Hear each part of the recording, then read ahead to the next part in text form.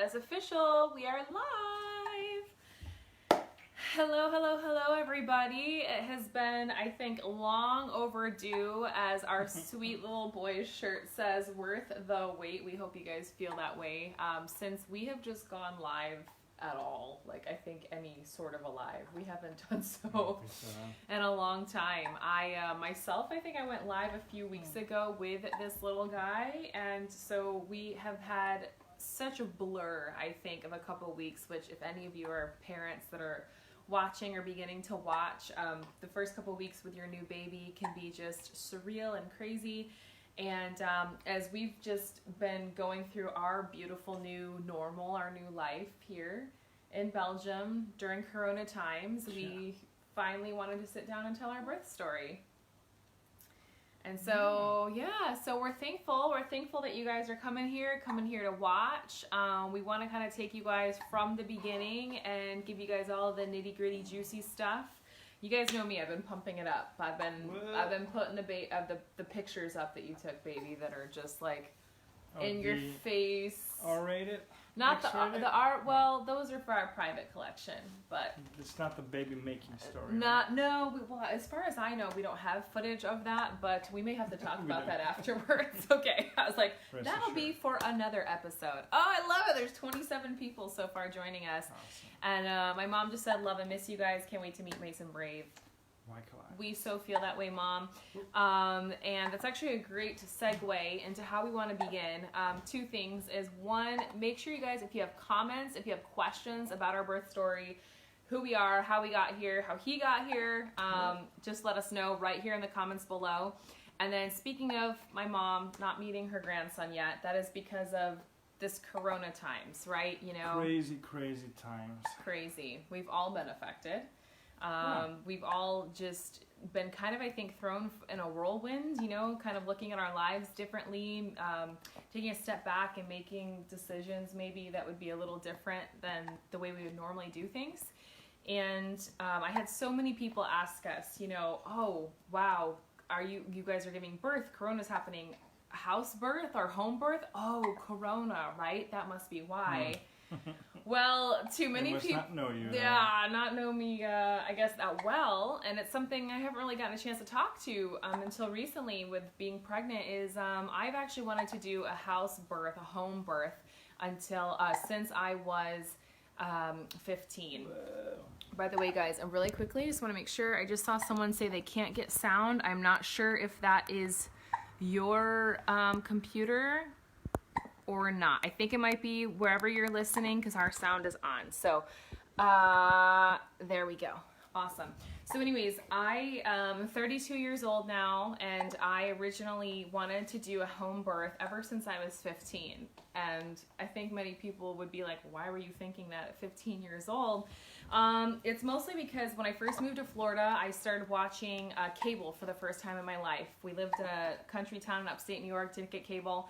And so I started to watch and see, you know, what is all these channels, and I saw this one Discovery Health channel, and I saw that there was a bunch of stories about women giving birth, and specifically home births, and I was like, well, that looks really cozy and really nice. And as I got older, I also felt a connection to natural health. You know, as a lot of you that are watching know, I lost 100 pounds at one point, and a lot of that was done the holistic health way. So I always felt that. I always felt that desire that I'd want to do that. And I will tell you, though, ladies of the world, I was quite nervous in my singleness, thinking, you know, God, will I find a man, one, first and foremost, that I can partner in this life with, but how will he feel? Check, and then a double check, because then when I presented that idea to you about home birthing, you actually were really supportive of it. Absolutely. And why for you? I feel like for most men, that's a foreign concept. Like, why would you want to give birth? I think it's the way that it's been for thousands of years. Yeah. I think it's the normal way, the more natural way. Yeah. So I get it. Yeah. Absolutely. Look at that. I know, he was so supportive from the start. So what I thought was going to be maybe a battle, I realized, as you are in all things, we always love to say that We really are teammates. We're not just spouses, but we're teammates. And so it felt so good from the very beginning that you supported me in that. And that meant choosing the not very typical approach. You know, here in Belgium, we found out only 2% of families actually choose home birth or do that. So we really were going against the norm from the very, very beginning. And so even though it's against the norm, why is that something that we would choose, right? That we'd want to choose to bring our sweet boy into this world.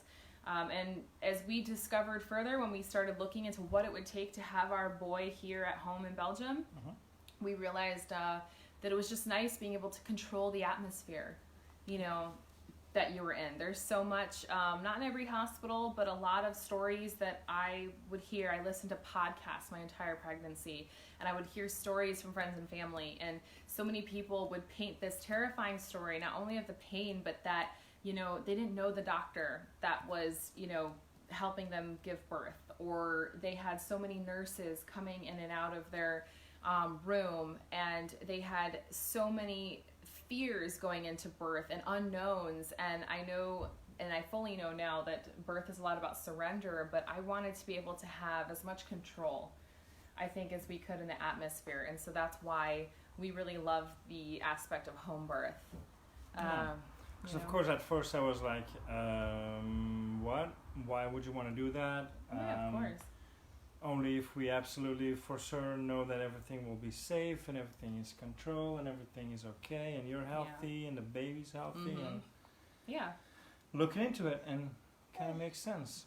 And looking back, giving birth to this beautiful boy in the corona times, it kind of makes sense. It was it was what we hoped for, you know, and it was even more perfect because at least Belgium, I think, officially kind of shut down, lockdown about 2 weeks before he was born. Yeah. So really, we were hearing stories all over the world of women in the same situation that were almost due, that all of a sudden were like, what do we do? You know, like, what do we now choose? Yes, do we now choose a house birth or a home birth? And I can't imagine how scary that would be had you not done the journey that we'd done. You've been prepping for months. Yeah. For all the entire ride. We really have. I mean, not only had we had so many moments with our care providers, our midwives, I mean, they became like family. You know, they would come over and we would have lunch together. They know our dogs would be crawling all over them, our dog and our cat, while they'd be checking on him in my tummy. Every appointment was like an hour and a half, you know, so... And especially, I think a lot of people fear, I think, the safety of a home birth.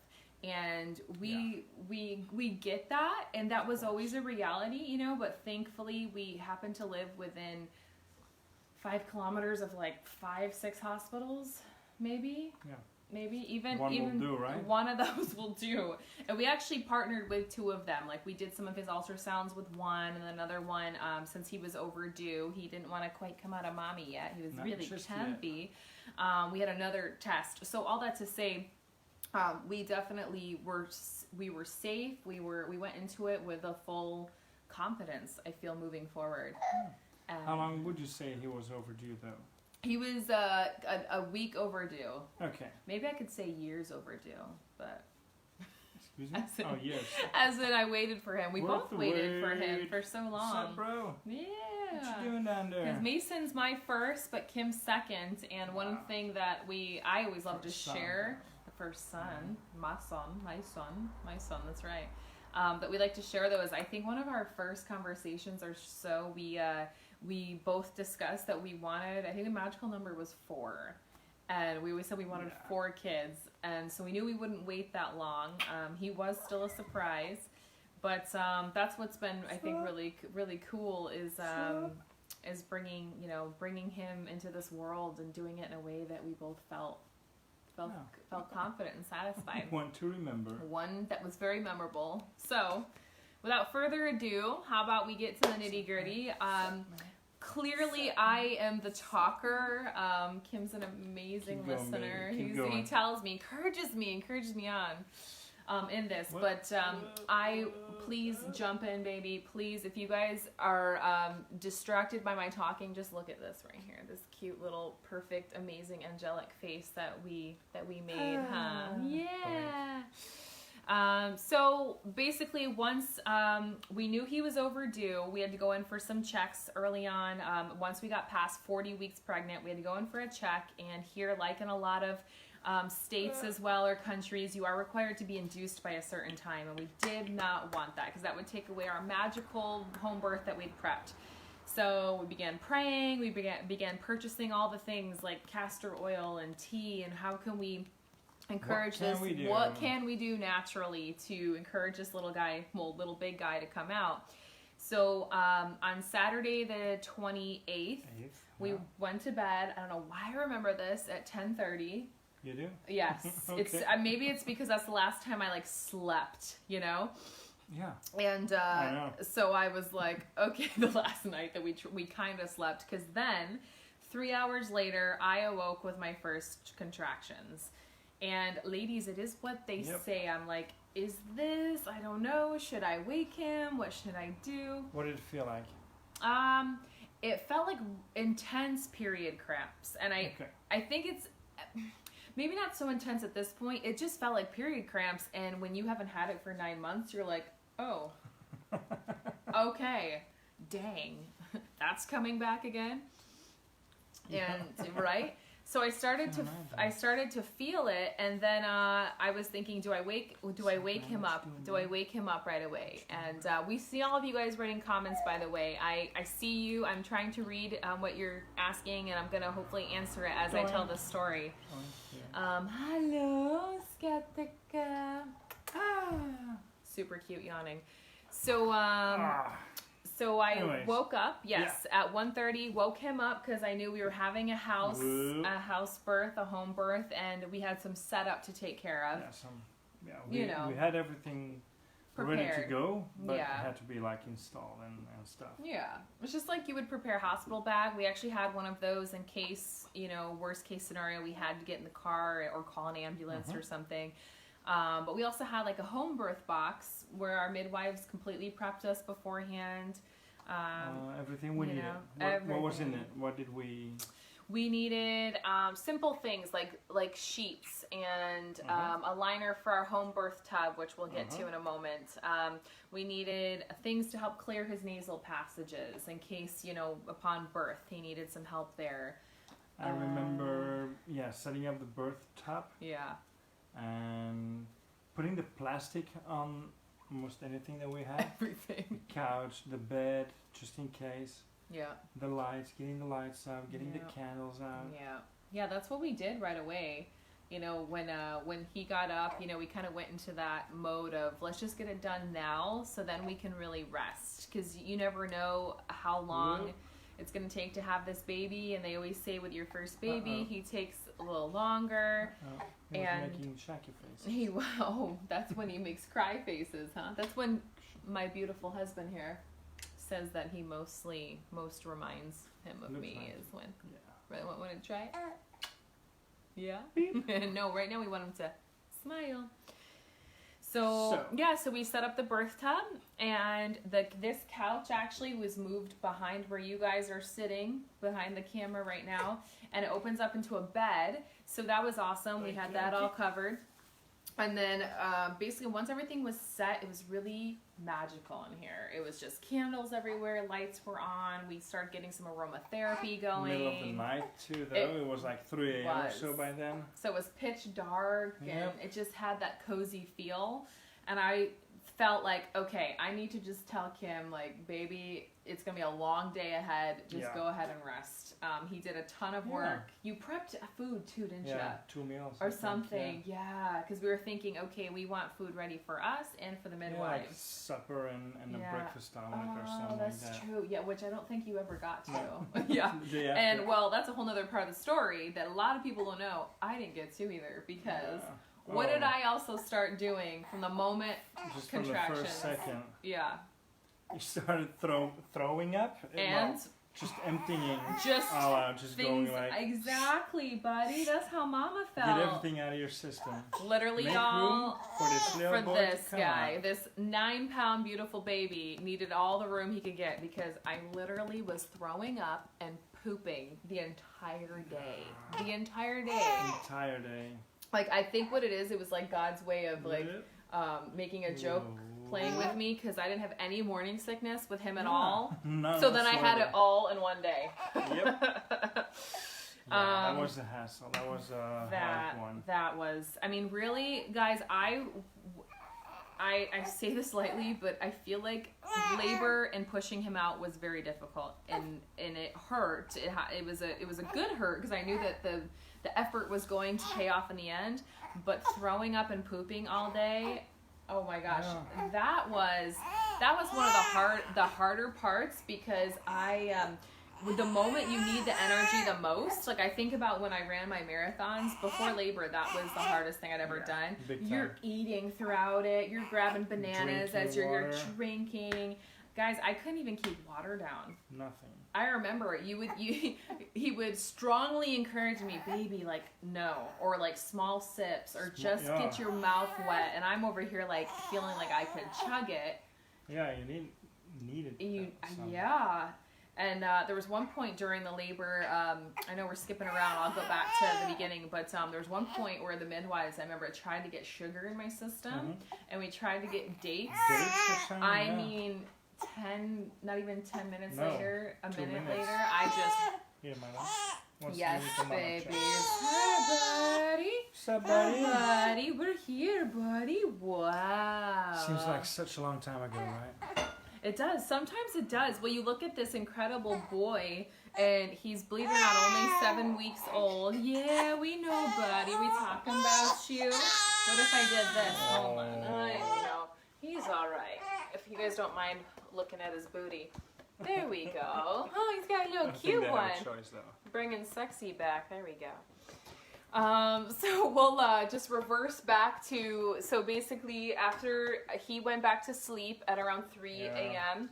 Okay, I totally encouraged it because at some point, for you ladies that have given birth, I'm not sure if you felt this way too, but during some contractions, I just didn't want to talk. I just didn't, I was like, I just want to like take this moment, labor on my own. And so when Kim went to sleep, because it's just, it's painful and it's, taking time for what's going on, what's happening. Just, I can imagine. Yeah, like absorbing it. Yeah, like, and it was kind of perfect that it was in the middle of the night.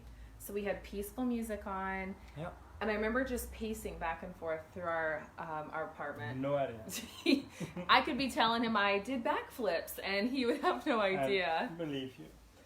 But it was honestly awesome. It was a great moment with God. I just remember like praying and thanking Him for this gift, and not knowing if he was a boy or girl at this point.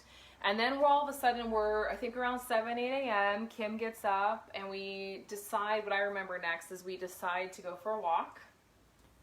Okay. Something like that. Way later. It wasn't around 8? Like massaging and stuff. Oh, he doesn't want me to forget about this part. Soothing? Which, yes, lots of massage. There was nipple stimulation and rubbing. That point, Yes, there was. We have video footage. We have proof. If you guys want to go subscribe to our YouTube, this would be a good time. And why did we do that? Besides which, people can probably imagine how wonderful it felt. But why did you decide to rub and massage my boobs? I don't know. What did we do? We were like running through everything we learned. Yeah. Going through, okay, what's going on, what's happening. What's soothing. Making a sense of it, trying to understand, trying to get on top of the game and come together and just enjoy that beautiful, intimate moment. It was, because it was just the two of us for so long. We basically labored almost all on our own before the midwife ever came. And I think so, it was our choice because we didn't want to, we kind of kept her updated. And I started to time the contractions, but we were like, we got this. We can do this. We were prepared. Little did we know, though. Yes. Right? Little did we know. It was like 6, 7 a.m. at this point. Yeah. It was dark. Yeah. The day was coming out. We were like, we got this. Right? Yeah. Shoot, Mace, or whoever he is, she is, he can come out on their own. Like, Kim's got this. And it felt good for a while. And at this point, I think I'd stopped pooping. I think my diarrhea had stopped. I think you were like all emptied out. I was just done. Yeah. But my throwing up didn't. That was all the way, I feel like, up until his birth. There were buckets and stuff. Stations. All over. You never knew where I was going to need it or when it was going to come out. But so we did, and he, by the way, this is the science nerd coming out, I think in both of us. No, you'll love this, is the oblongata, the amygdala. There we go, amygdala, I remembered it this time. But he started massaging my nipples because that actually produces oxytocin in the brain, which, what does oxytocin do, baby? Well, it enhances the entire birth-giving cycle, right? Yeah? Yeah. It's a birth hormone, the love hormone, the cuddle hormone.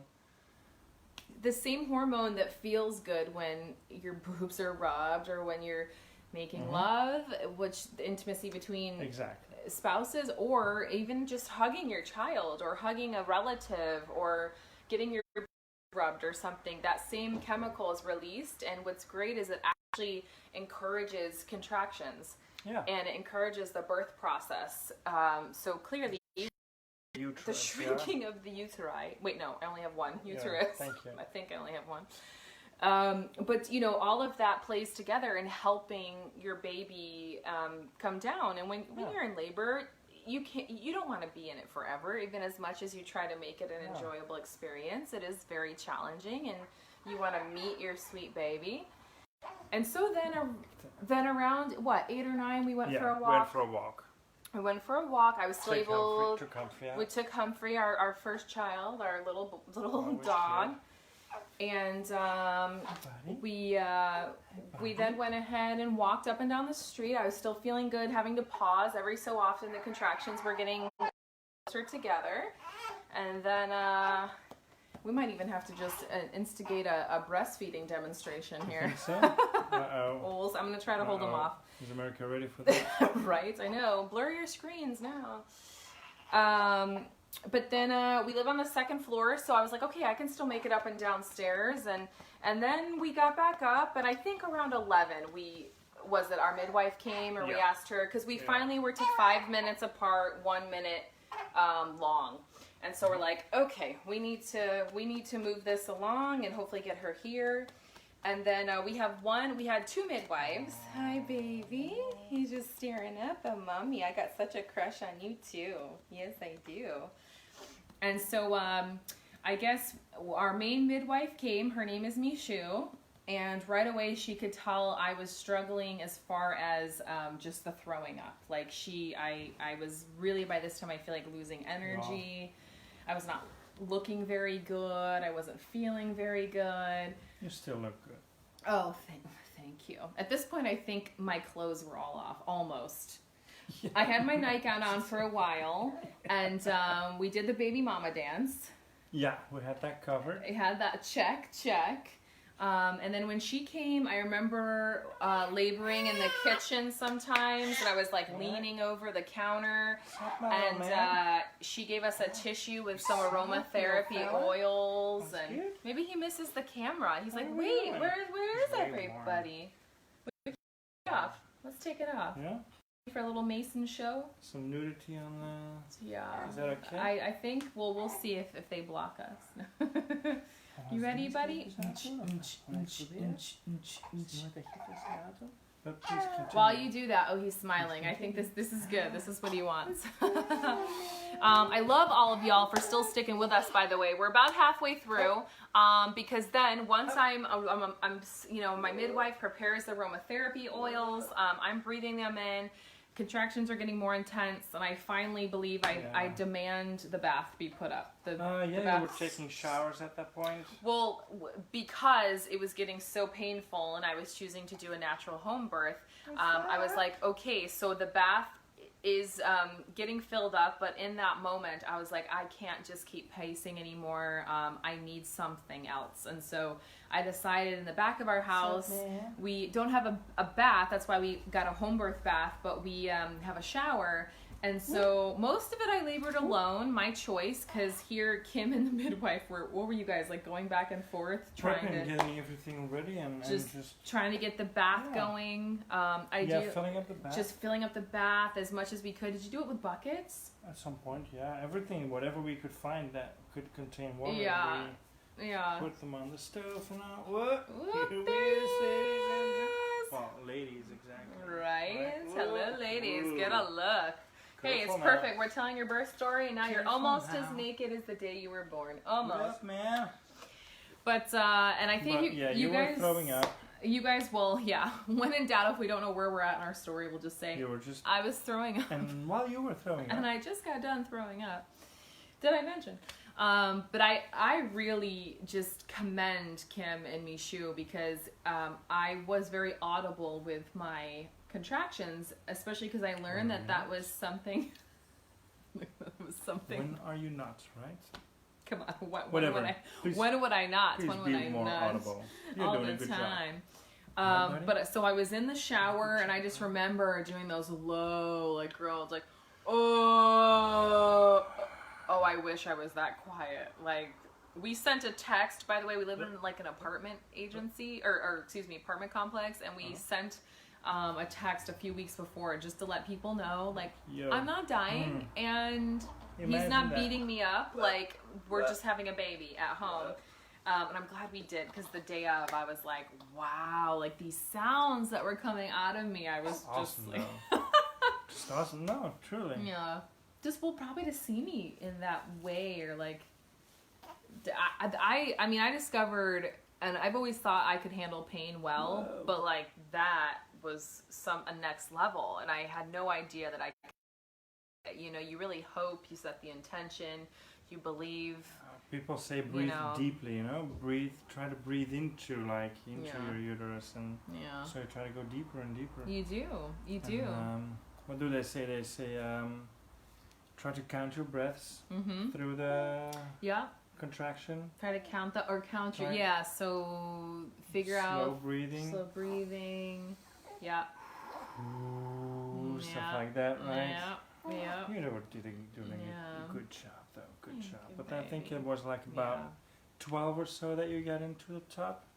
Something like that. Was it that early? It was that, because he wasn't born 12 hours later. 30, yeah. Was it? Wow. It was. Wow. Baby. You were in there for a long time. And at this point, I'm oblivious to it, because I am then in that... we don't know for sure, but because I've listened to so many birth stories, I feel like whenever I got in the tub, I was around that transition time, which is when you are very fully dilated and your cervix is open and just getting ready. And I remember finally getting from the shower into the bath, and that's where I was like, okay, he's gonna come out. Like, I am ready. I can't wait until I get into this bath. He or she is just gonna come on out, right? Flying out. Must be there. So, well, my husband tells me, I guess I got in at 12 or 12:30. Well, he wasn't born until, I'll tell you, after 4. After 4 p.m. No. And so, getting into the bath, though, breathing, like just screaming, yelling, but moving positions. I was doing everything I could just to find that comfort, just to find that peace. And I'd say maybe around 3 or 3:30 then was like the pushing time. It was like, okay, the other midwife had come at this point. She was really just there for the hands-on, like the party's ready to start. Like, it's time, let's birth this baby. I remember we have pictures too where I am just incoherent. Like, I am in the tub and I am like, you had no energy left. What is going on? Completely surrendering. My mascara was everywhere. But it was awesome because Kim and Mishu were there the entire time, just continuing to encourage me. Kim kept putting on Backstreet Boys, and that always encourages me. I think that was for me. I mean, I don't know. Maybe. Massaging, focusing, talking, helping you through it. Yeah, whispering to me. As a team effort, Yes. Oh, I say that you know, it's funny when you hear stories or you watch these shows where like men weren't allowed in the rooms before. Like women, like bring your men into this. It is just if the men want to. If they're, of course, you don't make your husband or your boyfriend feel bad if they don't feel comfortable, because ultimately you want that intimacy. So you can find another partner. I can imagine. Michelle and Hannah, they were very, very supportive of you. Yes. I think you would have done awesome if I were not able to be here or so, whatever. Well, thank you. Yeah. Like if you were driving design to Paris. Your own team, right? Whoa, design your Good own job, team, and you know, doulas are very common nowadays, becoming more common. They're for those of you who don't know, they're like birth coaches, and they help you prep for your birth. They're there for you after. And Kim was really my doula. He was my dude. He was there for me, and helped bring this little guy out. I don't know. Can we see Daddy? Can we see ourselves? Who dat? Maybe not yet. Maybe not yet. Oh, so nice. yes, where were we? Once I was throwing up. Exactly. We actually made a cheat sheet too. I want to make sure we don't miss anything because this was just so good. 2 sips of water just had to come out. Yeah. But I think you were being tested.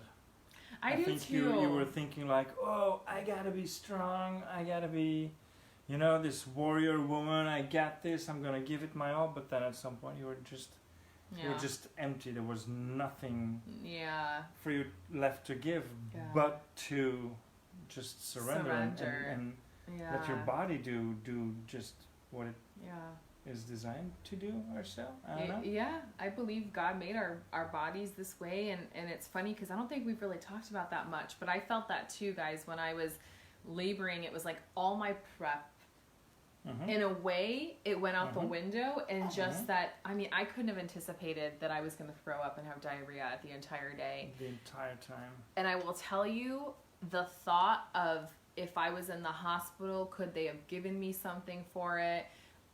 Would I have felt safer? No. Like, I mean, again, I don't know because I don't have that experience, but I think in those moments, I was so happy to be home, and I didn't feel scared. I didn't feel fearful. I didn't feel scared. You know, at one point, oh man, my hands and my lips were tingly. And that's when my midwife was like, your blood sugar is low. Like, that's why we need to get something in you. Especially because, I mean, he wasn't out yet.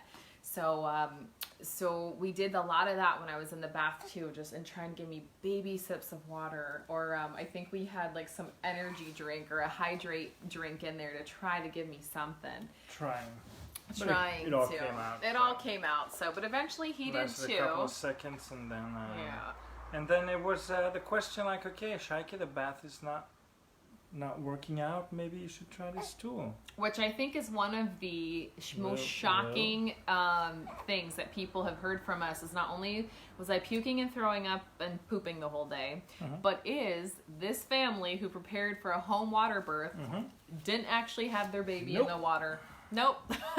Did not. We have all the these prepping though. Getting ready, soothing, and laboring and all. But the moment of truth, arriving, of arrival, the exit point was not in the bath. We were like, let's try something else. What else have we got? We got birth balls. We got birth chairs. Yeah.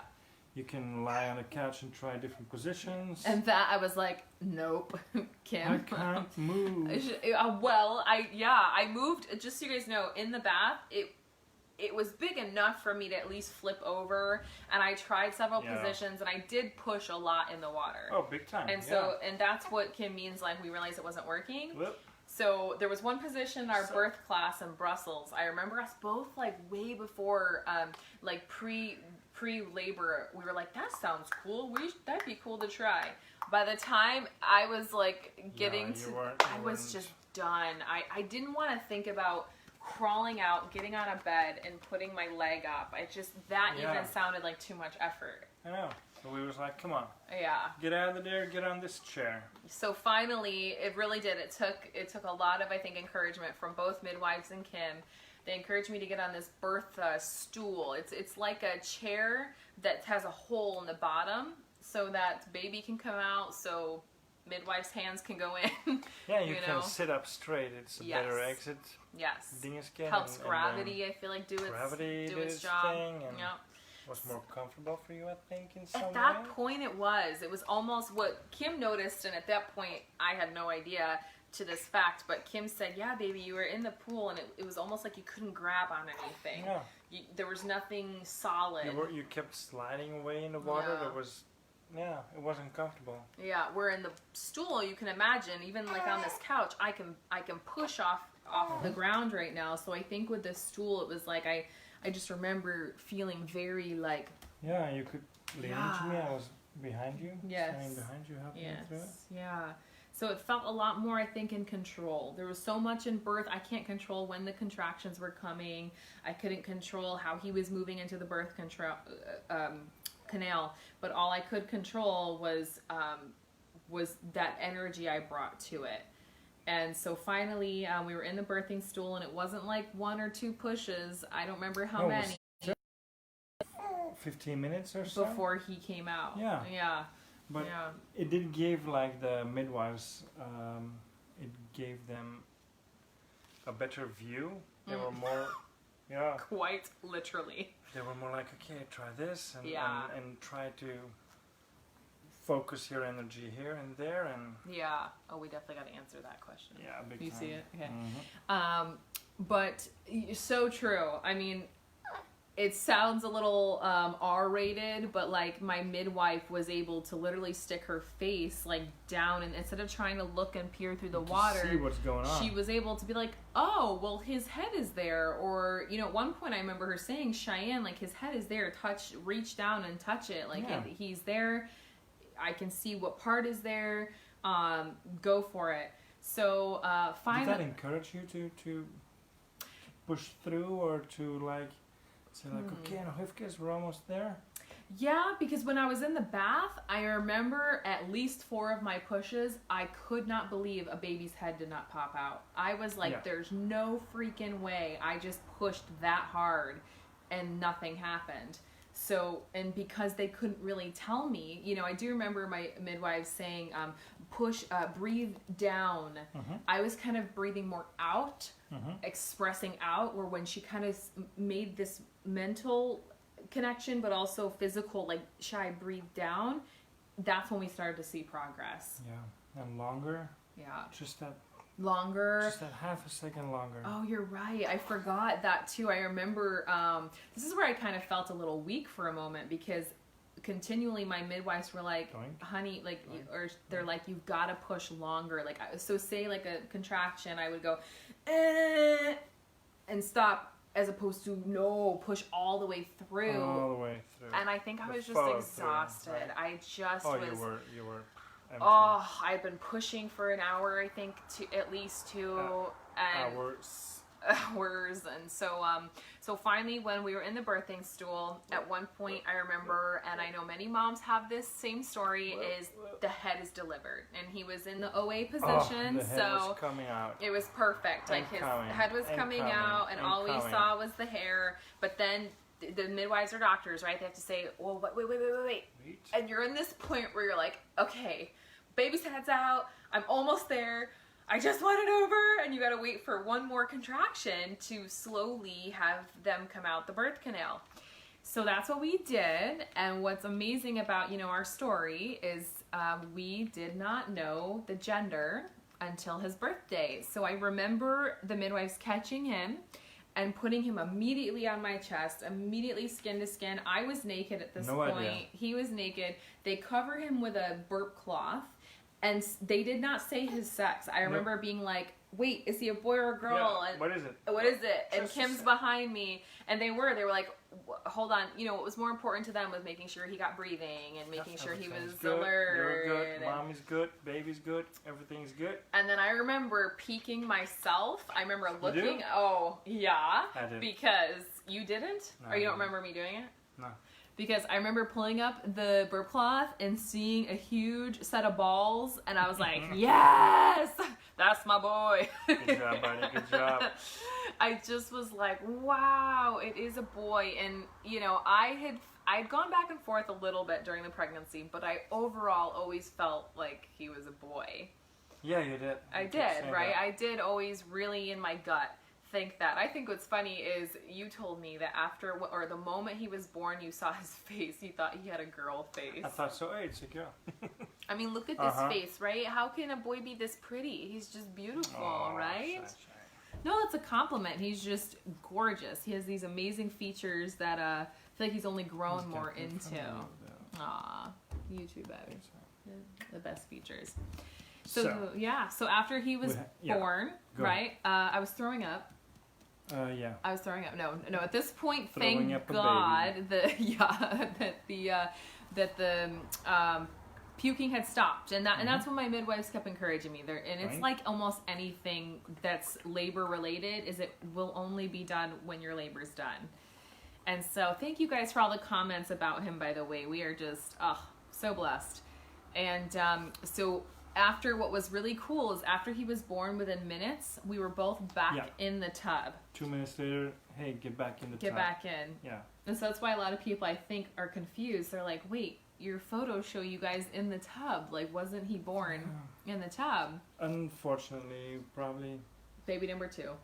We'll go for see. baby. We'll keep you posted. We'll see. No, but I think it was a good time for you, both you and the baby, to get in the bath and get accustomed. And it's warm. It was cozy. Yeah. Getting that skin to skin. Yeah. Latching in there. Yeah, it's true. Up.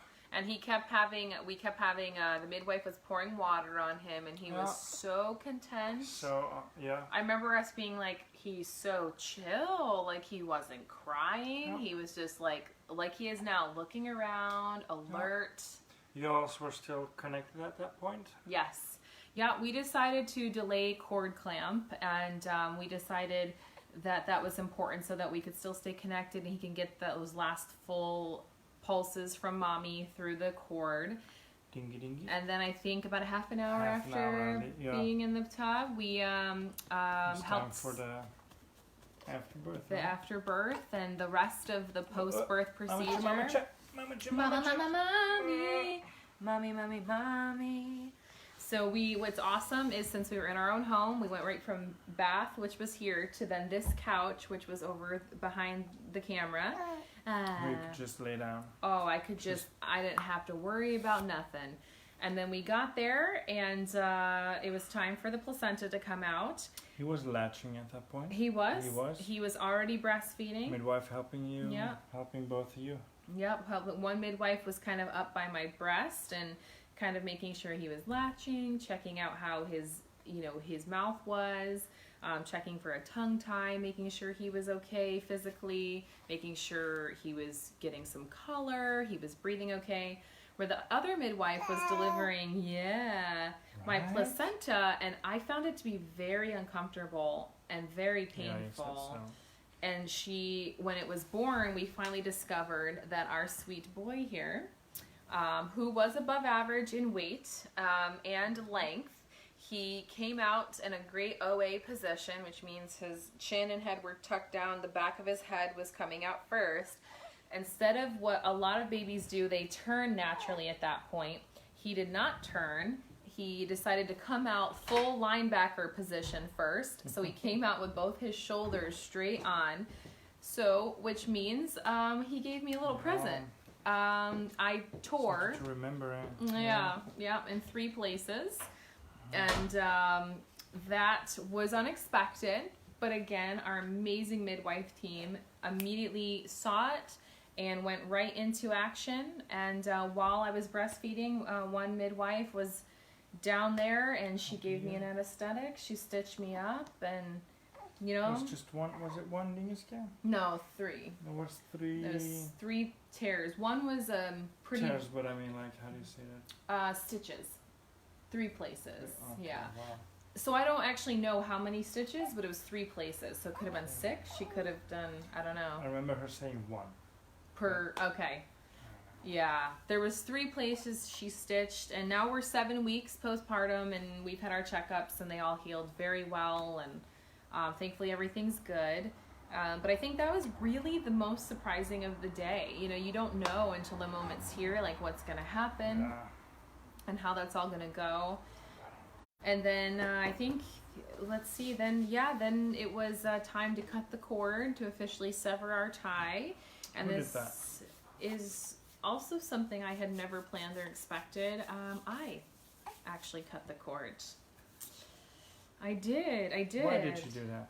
Because my husband encouraged me to, actually.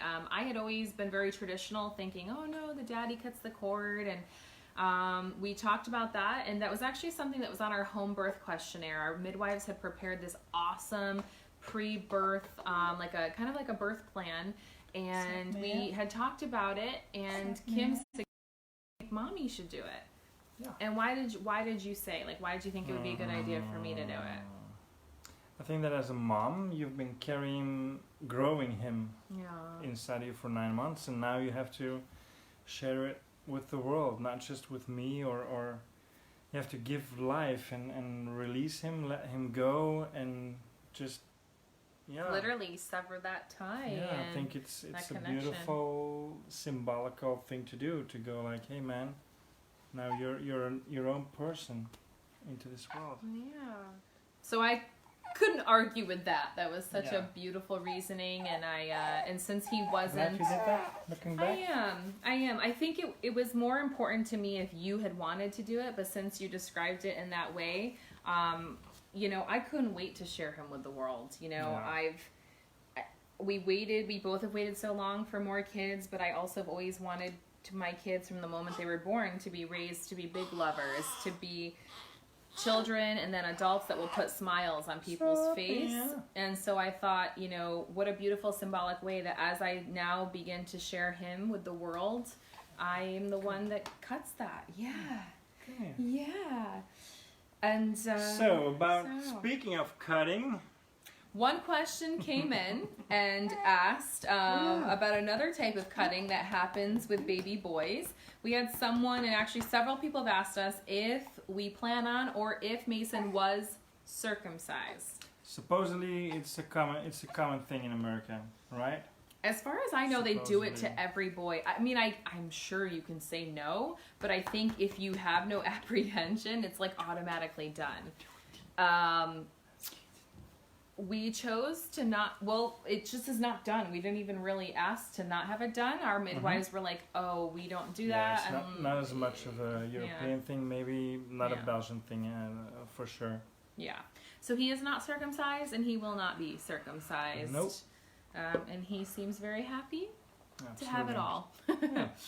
Everything is working well, and there's no reason to. So yeah. It makes sense, right, with a natural birth.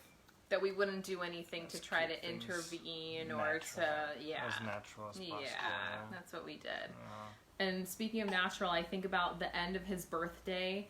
What was so cool is that Billy, Kim's daughter, was with her mom only about a half a mile away, and when we of course let her know that she has a baby brother, and she couldn't wait. She rode her bike over here, and once the midwives helped me take a shower and helped me get cleaned up, Kim started making pasta pesto. You had made it for the midwives. Oh, I did, but you warmed it up. I had made it for the midwives, but they didn't eat it. But once they headed home, and then it was just Billy came over, Kim's daughter, and we all sat on the couch bed, and we all had dinner together. Like it was just another night. Oh. And now it was the four of us instead of just the three of us. It was a beautiful moment, though. Yeah. It was very special. We actually got Billy her first skin to skin with her brother and taught her about the importance of that. And then that night, instead of being in a hospital bed, I mean, Kim and I were in the bed that potentially he was created in. And I remember you going a bit early. What time? Do you remember what time? Oh man, it was probably 8 or 9 p.m. Yeah, 9 tops. Tops. Getting him in bed with a little baby. Yeah. Close to you, recovering. Yeah. Still being surreal, like, did this really just happen? He just came out of me. We also did something that night that we weren't necessarily planning on, that's organically grown into how we are just living with him now, is we co-slept with him, meaning he was in our bed all that night. sleeping between us, and that's where he's been every night. That's where he's been every night since. And so our bassinet, I think, has worked better as like a laundry hanging thing, better than we use it. We use it, and we will more. And we will. And we will. We have intentions, of course, of using it, but at this point, while he's still feeding so much and so often, what you doing, I know. I was like, we got to share these smiles with the world. Let's share these smiles with the world. And I remember, of course, you were exhausted. Yes. I think at that point you also ate, though. Yes. You had supper. Yeah, and I felt okay. I think you didn't poop for 3 days. No, but that first poop, OMG, like that. That was not good. It was, I don't know if you remember, it was one or the first or the second, you actually came and talked to me. I was crying. Yeah. You came and talked to me. And I think that was the second. The first one, which again is something I feel like I had no idea to expect, but that pressure you feel down there again is it's the first thing you're feeling pressure since having a baby. And so for me, I kind of joke saying it was like PTSD. It was like post-traumatic stress. You're like, oh my gosh, you don't know whether to relax or clench and everything's sore and down there. So if you're pregnant or if you know someone that's pregnant, tell them what my midwife said is apply counter pressure. Like put some like a pad on your vaginal area and just lean into it. It just contact me. Yeah. I'll talk to you more about that later. Maybe someone's eating or something. Yeah, sorry. Private message me. My bad. Did you just lose your appetite? Almost. But you ate. You guys went to bed. Yeah. Went to cuddle and get used to and rest and just lie together and. Yeah. I remember cleaning up. Yeah. Getting everything clean and out of here and. Oh, he did. I need to give you some. Okay. No, I wanted to. Guys, couch was everywhere. There was stuff everywhere. The tub was still here. And the next morning, I remember I got up and it was spick and span, as we say in the U.S. Completely clean. You'd have no idea birth had just happened. You did amazing. It was not. I was so surprised and I was so thankful. I was so thankful for that. And then we woke up and it was March 30th and here we are now waking up and it's May 17th, is it? And it's 7 weeks later. OMG, bro. What happened? I know it. What happened? I know it. Where did time go? Well, I just has flown by. It was this little baby that just came out of mom and it was not little. No, 9 pounds or 4 kilos and 56 centimeters at birth, which was 22 inches. And so he is now weighing in at he is now 14 pounds, about 6 kilos. So it's about 14.